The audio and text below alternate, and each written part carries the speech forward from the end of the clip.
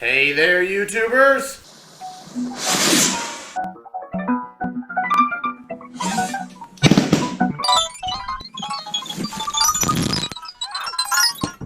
Hi there, Dr. Sheep here. Welcome back to our chemistry video.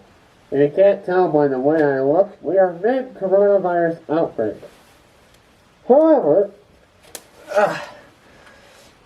by the time you see this, I'll be infected, dead, or no one will even remember the virus. Anyway, today we're going to be continuing my series on the periodic table. Today we'll be talking about the largest section on the table, the transition metals. First, I'll talk about what a metal is, why the transition metals are in the part they are, and finally I'll talk about some of my favorites individually. Now, I'm not going to list them all. I've done it before, but since there's so many of them, I'm not going to do it this time. I may get very close, but that's just because this section contains a lot of famous elements. What is a metal? That's an interesting question that I somehow haven't talked about before. Well, according to Merriam-Webster Dictionary, after paraphrasing, a metal is an opaque material that is fusible, ductile, shiny, and a good electrical and heat conductor. So, what's all that mean? Well, opaque means that visible light cannot pass through it. Fusible means you can melt two chunks together. Ductile means you can bend and form into shapes, specifically wire. Shiny means it can reflect light. And a conductor of heat or electricity means it can heat up fast when you try to warm it, and it will let electricity pass through it easily. So why are the transition metals, this section here, why are they in that section? Why is there this gap? What's going on here? Well, it's because these elements have, as their outermost orbitals, d orbitals. If you don't know what a d orbital is, watch the first part of this series.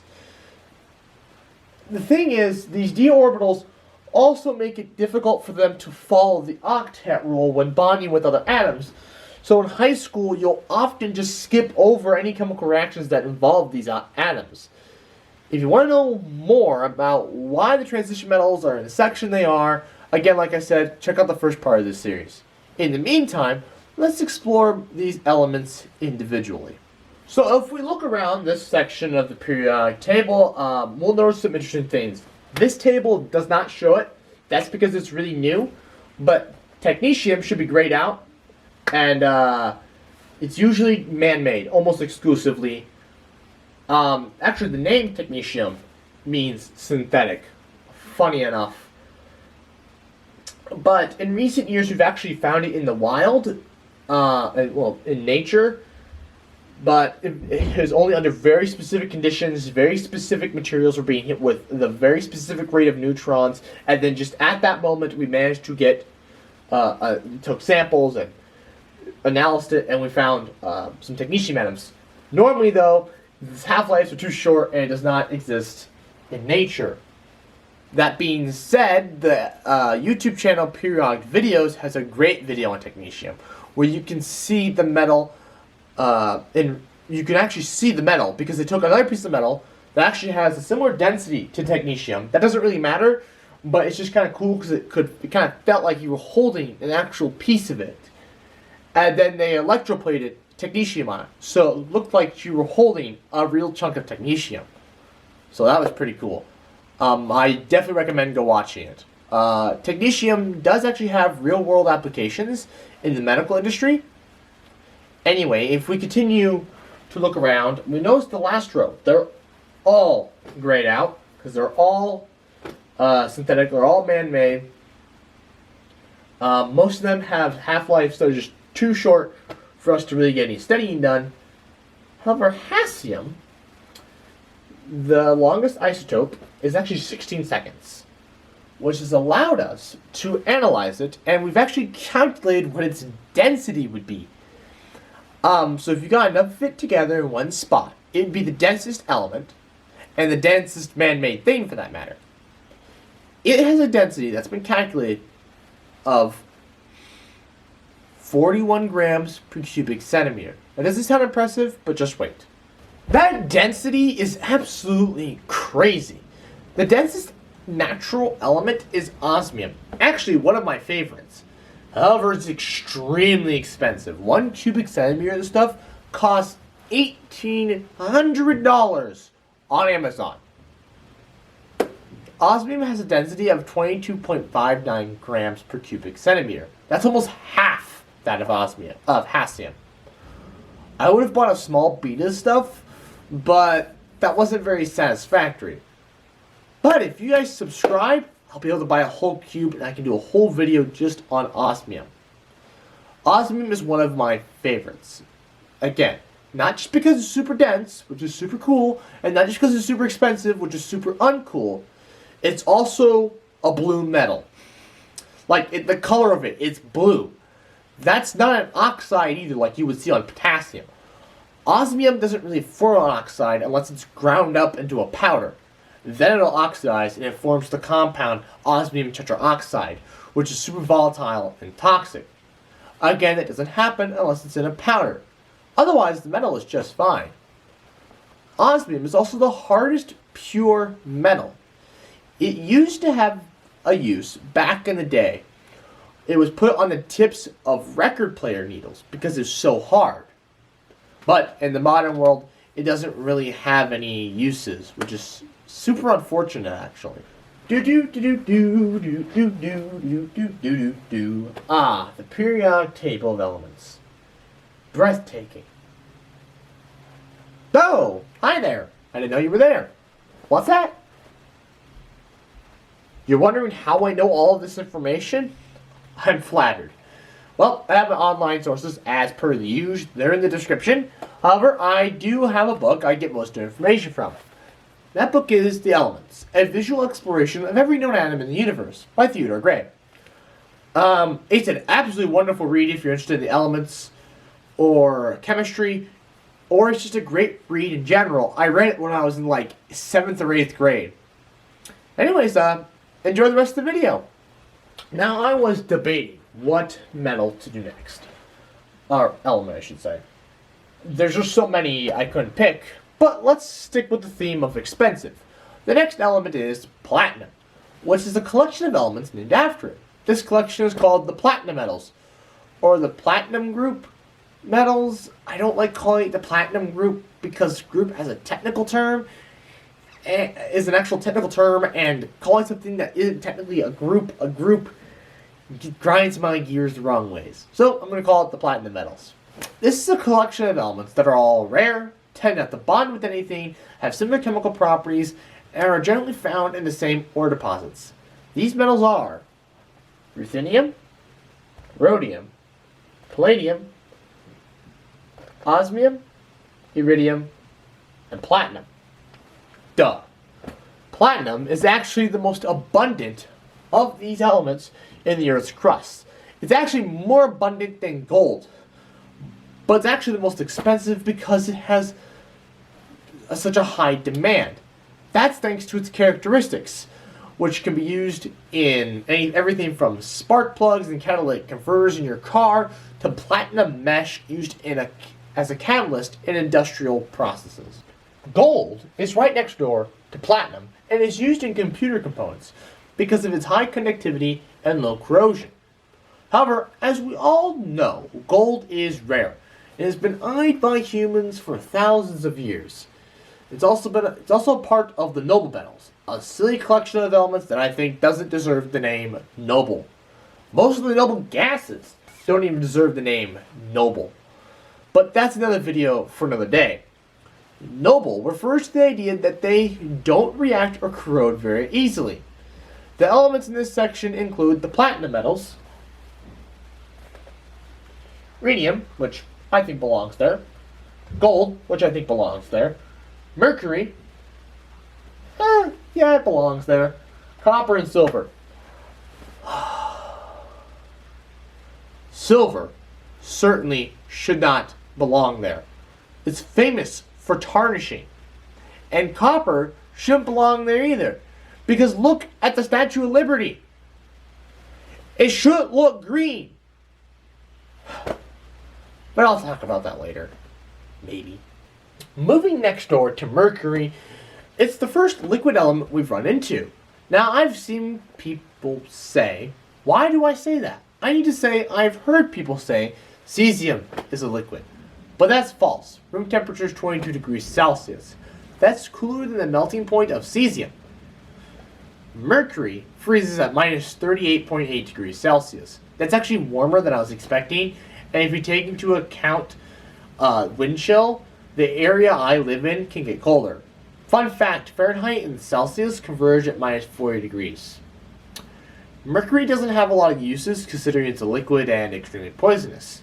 Mercury isn't actually that dangerous. Only organic compounds are poisonous. Metallic mercury is quite harmless provided you don't consume it. It's actually a lot of fun to play with.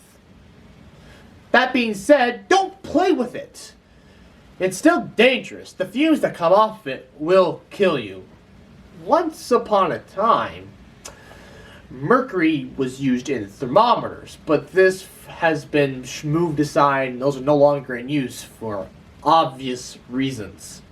If we stay in line with the idea of toxic metals, we move right above mercury to cadmium. Cadmium reminds me of Cadbury eggs. I don't know why. They were one of my favorite candies as a child. However, if you wrapped Cadbury eggs in cadmium foil, you die. Cadmium was once used in rechargeable batteries, but for obvious reasons that has been stopped and is being replaced with safer lithium batteries. I put safer in quotations because they have a habit of exploding. Cadmium really only has uses in industrial processes where zinc plating isn't strong enough, so cadmium plating is used. Lastly, cadmium can be used for radiation shielding similar to lead. If we move left on the periodic table, we meet silver. Which sounds exciting, but it's actually quite a bit of a letdown. Currently, copper is more expensive than silver, but silver is much more rare in the Earth's crust anyways. I actually own a cube of silver, or so I've been told anyway. Copper is only more valuable because of its massive demand, the massive demand for it. However, silver is the most electrically conductive and most reflective element on the table, so it has that going for it, I guess. Funny how the most reflective element is notorious for tarnishing oxygen. Directly above silver, you have copper. Currently, copper is used in wiring, pipes for plumbing. It's also one of the first, if not the first metal humans ever used. You used to be able to find it in chunks laying on the ground. Like this one. It has two famous alloys, bronze and brass. Bronze is an alloy of copper and tin. There's an entire time period named after bronze. It was a useful alloy for ancient humans. An alloy is a compound or solution of two metals, if you didn't know. Brass is made of copper and zinc, and I consider it complete junk. Gee, I wish I remembered. Oh yes, zinc is just to the right of copper, and is used in pennies here in the United States. Pennies have a zinc core and then are electroplated in copper. As to why the U.S. doesn't get rid of the penny, I don't know. It costs more to make them than the coin is worth. Zinc is quite useful because it's resilience to corrosion. The process of applying zinc to another metal is called galvanization. Take a metal like iron. It's electroplated in zinc to protect it from oxygen. Nickel is used just like zinc in U.S. currency, considering there's a whole coin named after it. However, the U.S. nickel is 75% copper, so meh. Zinc is used to electroplate onto other materials to make them more resistant to oxygen. Nickel is also magnetic and is used in super strong alloys. The only reason why I'm talking about nickel is because I wanted to own all the room temperature magnetic metals. Cobalt is a part of that club of magnetic at room temperature metals. Cobalt is mainly known nowadays in its use in drill bits. When used in an alloy with iron, it makes an incredibly strong metal. It is known in the art world as cobalt blue. It was used in a compound to make blue paint. Iron is also magnetic. It is quite possibly the most used element in this section of the table. Its most common alloy is steel, which is made by adding another element that is used a lot: carbon. Iron is very common, and if something doesn't need to be light but strong and cheap, it probably has iron in it. However, one downfall to iron is that it rusts or oxidizes easily, meaning it needs to be protected by paint or another metal. However, iron is useful in life. Almost all life with blood, excluding horseshoe crabs, they use copper. Iron is in the molecule hemoglobin, which allows our blood to carry oxygen, which is why iron deficiencies are so dangerous. If you're low on iron, your body can't move oxygen fast enough to meet the demand. Turning liquid iron is also what generates the magnetic field here on Earth that protects us from the dangerous charged particles in space. Without it, the atmosphere would be stripped away. Liquid water couldn't happen, and life couldn't happen. Earth would be like Mars, which is funny because the red color of Martian soil is from iron. You know, I was going to buy some chromium and niobium, but I decided against it. Niobium is actually really cheap, so I still might buy them. I might even buy molybdenum too. It's pretty cheap as well. But I'm not going to talk about that. Instead, I'm going to talk about titanium, which is actually one of my favorites. It's just unfortunate, and it's actually really common. It's just unfortunate that it's really hard to make it pure because it bonds so well. This makes it expensive, so it's used in less budget-friendly applications.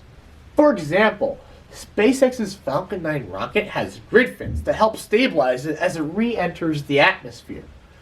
Those fins are 3D printed titanium. Titanium is super strong, lightweight, and resistant to corrosion, so it's often used in hip implants. My father actually has a titanium hip. Titanium oxide is super cheap and is used as a white pigment. Titanium is super useful, but just doesn't show up as much as it could. You know, while I was writing this episode, I actually forgot the element tungsten. I don't know how. It's one of my favorites. Tungsten is used right alongside cobalt in super strong alloys. Tungsten has the highest melting point of any element. However, at those high temperatures, it tends to oxidize quickly. Old incandescent light bulbs ran at a high current through thin tungsten wire to generate light. However, that has been pushed to the wayside for more energy-efficient LED light bulbs. Tungsten is also super dense. It's probably the most budget-friendly super dense metal. It's actually much more dense than lead, even though lead is known to be super heavy. Sorry if this video was a little long. There was a lot of elements to talk about and many more left to talk about. Join me in 2 weeks for a much shorter video on the lanthanides. In the meantime, I'd like to thank you all for watching. Please like, comment, share, and subscribe. New videos every other Friday, 2 p.m. Central Time, and good night. Subs for trees, subs for trees, subs for trees, subs for trees. Oh, you're still here? I thought I told you to go home. Oh, you want more? I'm flattered. Check out the playlist. If you want exclusive content, check out my Instagram, Dr_sheep_YouTube. That's all lowercase.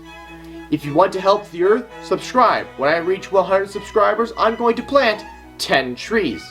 If you feel that's too small, then check out my channel chart where I lay out even bigger goals. Finally, stick around for the next 20 seconds to give me that sweet watch time. Bye.